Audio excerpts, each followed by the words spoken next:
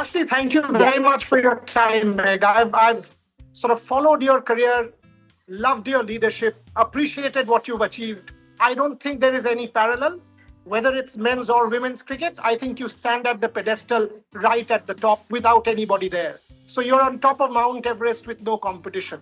That's my point number one. I'll start. Thank you.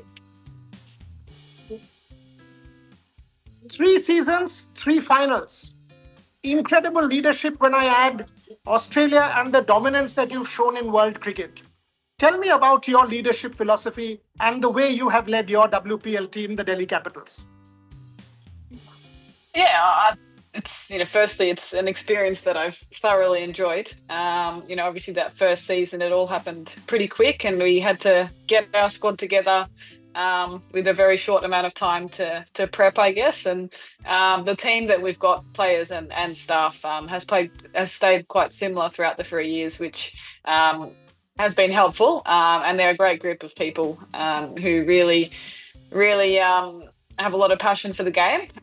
So it's an excellent franchise to be part of. And I guess for me, leading the team, it's just trying to bring everybody together and really give people the confidence to go out there and express themselves and play to their strengths. That's what T20 cricket is about, is little bits of impact that you can have on the game, and giving people the confidence to be able to do that. So that's really been my main goal throughout these 3 years, really. And any team that I do lead is working out what people are good at and trying to back them in to be able to do that when they go out there and play.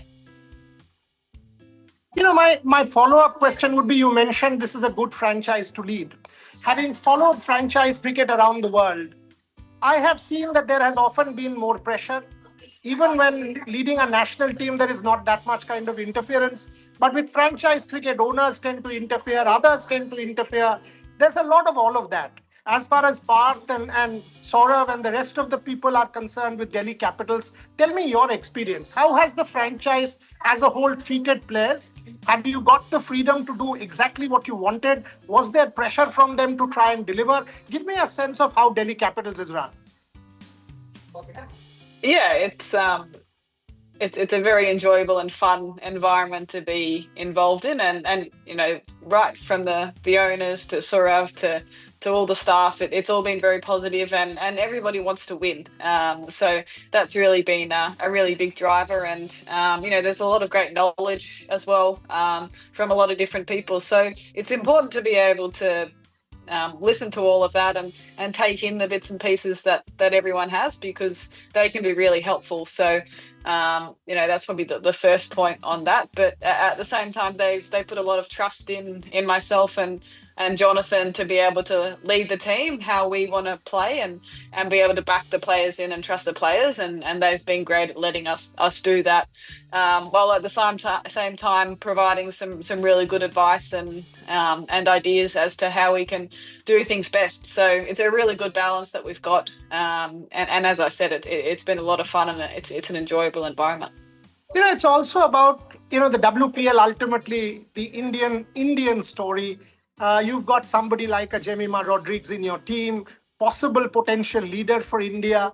A word on future Indian stars, somebody like a Jemima. And what are the leadership qualities that you reckon, having been there, done that are essential to lead a successful cricket team, whether it is India, whether it is Delhi Capitals, whether it's Australia? So a word on Indian leadership potential, someone like a Jemima, and qualities that a leader now requires in international cricket.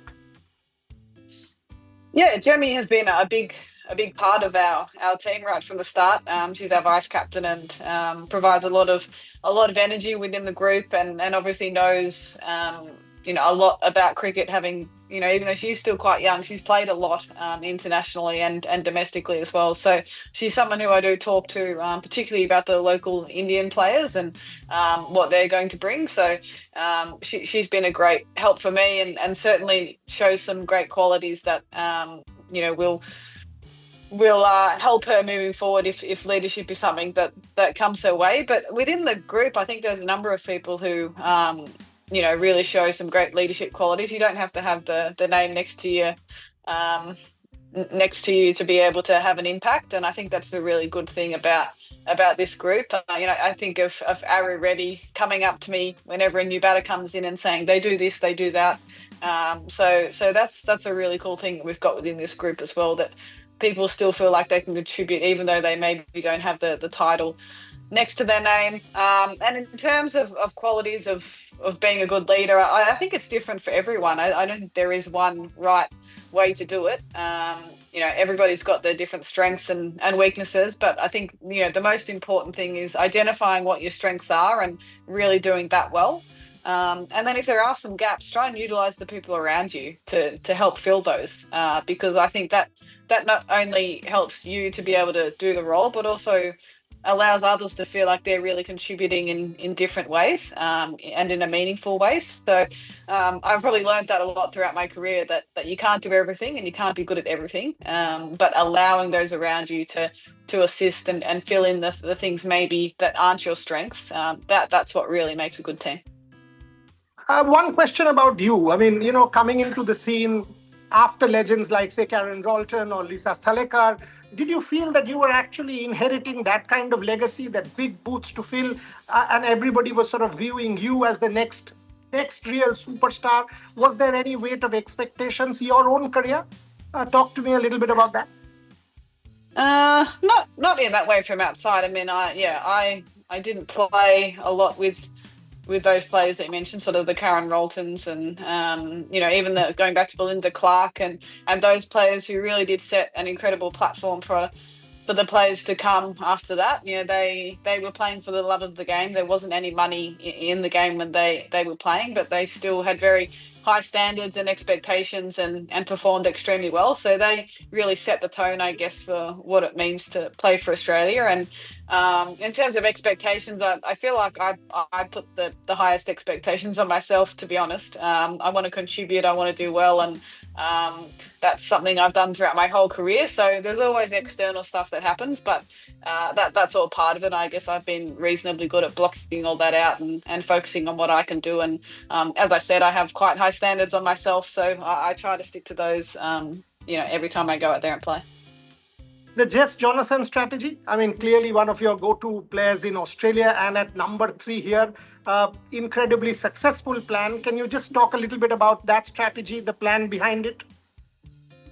Yeah, sure. There's a few different options that we talked about in that role. We, as a franchise over the 3 years, our power play has been a very successful part of our batting innings, and we want to try and take the game on and attack it, as I think most teams would say. So it was just the strategy was based around how we do that best. Alice Capsey has done that for us in the past, quite successfully, but it's pretty hard to squeeze everybody into the team. So we felt like JJ was a good option. She's a genuine batter. She bats high up the order, back in Australia and internationally as well. She's played some really big roles. So it was something different. We felt like she was hitting the ball really well, and it came off, which was nice. So the good thing is it gives us some really good options moving into the final, depending on who we come up against.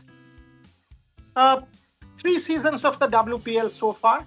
Your assessment of the tournament in terms of competitiveness, fan involvement, what can be improved going forward? Clearly, the BCCI has moved to multiple venues this year. One expects the home and away to also kick in like the men's version going forward. Your thoughts on the 3 seasons of the WPL and what can be done to get better? I think the fan engagement right from the start has been amazing. The atmosphere at all the grounds has been great, and as players, that's really exciting and something that you want to be a part of. And I know everybody back home in Australia is keen to be part of a tournament like this, so that sort of shows where people hold it. I think the biggest thing that I've noticed from year 1 to year 3 is the skills and the ability to contribute from the local Indian players. International players play a big role, but we've seen more and more domestic players dominate and really win games for their teams, which I think has shown the development that this tournament has provided for them. And even the internationals as well. I learn a lot throughout this tournament, just chatting to the different players and getting used to the conditions and that sort of stuff. So I think it's a great learning opportunity for everybody. So That's the key. I think there's a lot of really good things about the tournament. So yeah, the improvements there. Whether we increase the amount of teams, I'm not too sure. Play more games or whatnot. That's sort of the tricky part of it, is getting that balance right, because you want to have some really competitive cricket, because this year has been incredibly close. There's no dead games, there's no easy games. It can go either way. So trying to keep that balance, I think, is important. 3 seasons, 3 finals clearly says something about the resilience of the Delhi Capitals. Also says something about yourself, the management, the talent, the potential, how the team has stayed consistent. But 2 seasons, not the title yet. Clearly, very much like the Indian men's team. I mean, they were making finals, not being able to make that. I mean, a word on the consistency and also the final hurdle. Obviously, I wish you the very best this time round, but give me an assessment of the Delhi Capitals, all 3 seasons, the consistency, and this time round, the final ambition. Yeah, I think we've been able to create really good depth within our squad, so we haven't relied on one or two players throughout the season this year, and I think that's been a real key for us over a long period of time. And it's not easy to get yourself into a final, so that says that we're doing a lot right. And I think this season we have been improving the whole way through the tournament. We've gotten better. So when you get to finals, it's about doing the basics really well and sticking to your strengths for as long as you can, particularly when the pressure comes and it gets a little bit tense. And that's all we're focusing on, really. It's really irrelevant what's happened in the past. Even in these round games now, it doesn't mean anything. What's important is what happens on Saturday night. And we feel very confident that we've got the squad to be able to take it to whoever we come up against, and we know that if we play to our strengths and execute for the most part of the night, then that'll give us a really good chance. So we're excited about the opportunity. You know, you've won multiple titles for Australia, and you've won World Cups, and you've been there, done that. Clearly, you understand high stakes, high pressure games very well, because your record says that. How do you prepare for a high stakes final? Clearly, a lot hinges on this. And how do you what do you say to your young people? Say somebody like a Nikki Prasad. How do you what is your advice to your young players within the change room as they approach a big final? Two things probably, and the first thing is to prepare as you do for any game, because that's the bit that you can control. So our preparation in between, the last game and this one hasn't changed from the rest of the tournament. That's important. The other thing is to really enjoy the experience, because once you get to the game, it is different. There is a lot more on the line than the round game. So your prep you can control, but once you get to the game, you understand that's a little bit different. So that's when you just need to try and embrace what's there, and look at it as an opportunity, rather than something to get nervous about. So I feel like we're very well prepared for the final. We've been tested throughout the tournament.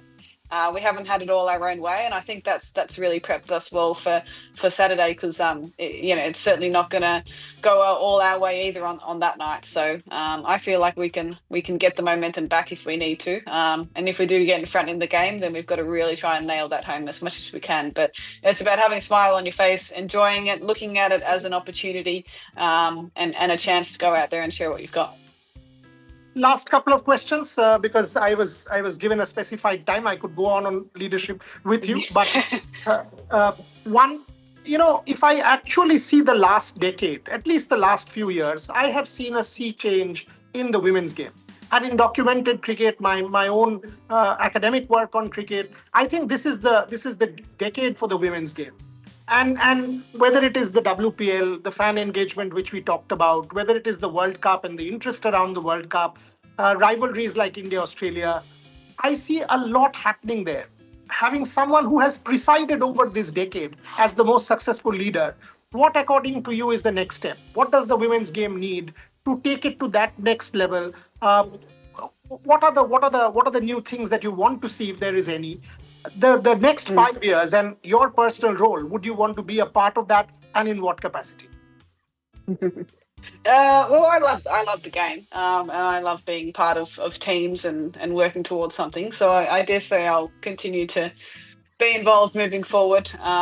Still love playing, but obviously at some point it will look slightly differently. But I even here with Delhi, working with some of the young Indian players and just trying to help them understand the game a little bit more. Their skill sets are amazing. It's just the game sense that's something that can be improved a lot. I think that's in general around the world. So, and that's an area I feel like I've got quite a bit of experience in and can really help. So, certainly be keen to do that moving forward. But in terms of the game, it's in a really interesting space. Obviously, the calendars are pretty full with cricket, and there's a lot more games being played, which is great. But then, we've also got the franchise stuff as mixing with the international. So, I think that the biggest thing is going to be how do we keep the best players and the best young players in the game as long as we can, because we are playing a lot of cricket, and there's a lot of really good things that come with that, but there's also some challenges that come with that as well. Being away from home for a long time, mentally sort of switching yourself on and being up for all that cricket, and it is a challenge, and the young girls coming in now are sort of hitting it front on. So that's going to be a big challenge, I reckon, is just trying to keep the best players and the best young players in the game as long as we can, because obviously we want to see that happen. Last question. It has been a pleasure talking to you, and you've given me some great answers on leadership and the game itself. Give me one story that Meg Lanning will take with herself. Some story that you wouldn't normally tell me in an interview. Take me backstage with the Delhi Capitals. Something that happened in the change room or somewhere, over food or culture or bonding or whatever. I leave it to you. Give me one story that you will take with yourself. I think the other night when we got back from a game, where were we? We were in Baroda, I think. Oh, Bangalore, sorry. And we'd actually lost. And 177. We got back to the hotel, and then we had Jemmy and JJ get up and play a few songs on their guitar, and a few sing-alongs and whatnot with all the staff and players and families as well. And we stayed there for a little while, and that was just one of those moments where you really enjoy being there and realise that there's the cricket part of it and playing side, and of course you want to win every game that you play, but we know that's not possible. But there's actually so much more to it than that. It's about the people that you meet and the environment that you play in and create, and that people enjoy being there. So that was one of my favourite moments of the tournament this year. Meg Lanning, absolute pleasure speaking to you. Sport has never been about records broken or medals won. Sport has never been about matches won and tournaments won. Sport has always been about a prism of life. And as leader, you've shaped the sport. As leader, you've changed lives. You've inspired people like us who follow the game and chronicle it and storytell. And I'm sure every Indian youngster who shares that change room with you will emerge a better leader, a better player, and more importantly, a better human being. I want to see you cross the line. I want to see you hold that trophy as a supporter, as a fan, and as a chronicler. So all I will say is come Sunday, it's Delhi Capitals and your day. Thank you very much for speaking to me. I appreciate your time. No worries at all. Thank you. Thanks a lot.